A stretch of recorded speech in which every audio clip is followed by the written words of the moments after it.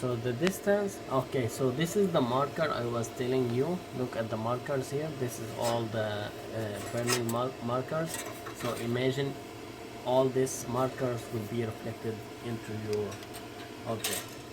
Okay, so if you can see here, my object will sit on top of this bed, and my object usually is about 2 millimeters plywood. So this key, which is 50 millimeters, will tell me exactly if I am in same distance all around the object. And this is very important to have the same cut. So when your cut is done, you will have the whole object out of your main board. Not only, like, sometimes if you cut your object, you will find at the end there is like 20% of the object still stuck in the main board, and you will struggle to get it out cleanly. And always make more cuts, even 2-3 more cuts, and make sure your object completely separated. Okay, for this acrylic board, I got this acrylic board. It's 1 feet by 1 feet black board, black acrylic board from Amazon, and I cut it in one shot. So one shot, cut everything one time, cut everything. That's because the distance was 50 millimeters everywhere. Let's say you have an object thicker than 2 millimeters.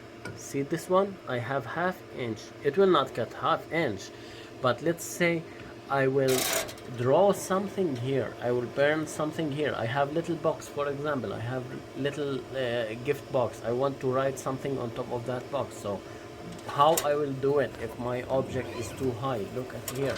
So this is like almost 40 millimeters. So 40 millimeters will not work fine with me. See the flame? Okay, how I will solve this issue? So what I did, I bought this one, which they call it table lap or lap table. It has another steel plate on top. So I removed that steel plate from top, okay, and I connected this screw. You can find it at Home Depot. Okay, so this is the original one. It has 2 opposite direction, so this will go in, this will go out, so the thread is in opposite direction. It's not the same. You can see here it's empty. Okay, so this long screw, it has 2 different direction, and you can't replace it unless if you have a thread, I think they call it, I forget what they call it, but the thread opener. If you have it and you can make your own screw, that will be good. But in my case, I don't have it and I never used it. So what I did, I just put these 2 nuts and connected the extension all the way from here to outside. And I bought this one from the store called Anawalt. Okay, and it's just handle. I put some epoxy, and so this one will raise my table from outside. Some people did it automatically, like they add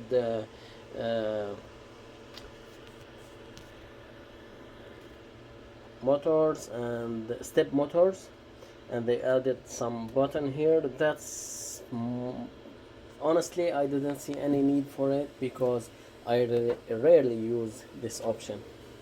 Okay, I don't need it all the time. I never need it so far, so I don't see any reason to spend more money for something you will rarely use.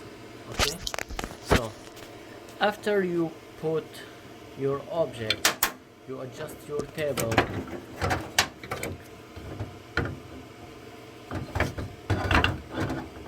you adjust your table to get the 50 millimeters. So what I'm doing here, I raise my table. Let me show you. Okay, so from here I raise it up and down. See, this is too much. Okay, then I will lower it down. See. Okay, so this is about 50 millimeters. Okay, so that's why I have the lab table. Okay, so we are done with the cooling system, air assistant, laser cross. So now you know why I have all these options, and the main power switch for sure.